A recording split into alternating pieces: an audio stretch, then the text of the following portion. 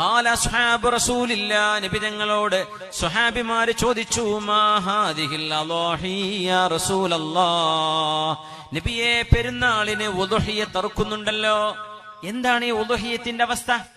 പെരുന്നാളിന് ഉദ്ഹിയ്യത്ത് അറുക്കുന്നുണ്ടല്ലോ, മാ നബിയെ മാ ഹാദിഹിൽ അളാഹി, ഈ അറവ് മൃഗങ്ങളുടെ അവസ്ഥ എന്താണ്? എന്തിനാ നബിയെ ഈ അറവ്? എന്തിനാണ് ഈ അറവ്?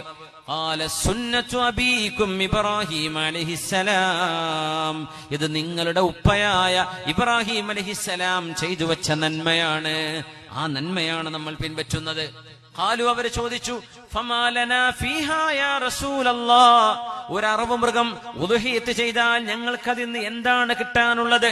ഖാല ബികുല്ലി ശഅറത്തിൻ ഹസന, ആ ജീവിയുടെ ആ മൃഗത്തിന്റെ ഓരോ രോമത്തിനും എണ്ണമനുസരിച്ച് അല്ലാഹു നിങ്ങൾക്ക് നന്മകൾ രേഖപ്പെടുത്തുമെന്ന് അഷ്റഫുൽ ഖൽഖ് റസൂലുള്ളാഹ് സ്വല്ലല്ലാഹു അലൈഹി വസല്ലം. അതുകൊണ്ട് ഇബ്രാഹിം നബിയുടെ ആ ഒരു മാതൃക നിങ്ങൾ പിൻപറ്റണം. ഉദ്ഹിയ്യത്ത് അറുക്കുകയും ആ മാംസം പാവപ്പെട്ടവർക്ക് വിതരണം ചെയ്തു കൊടുക്കുകയും വേണം.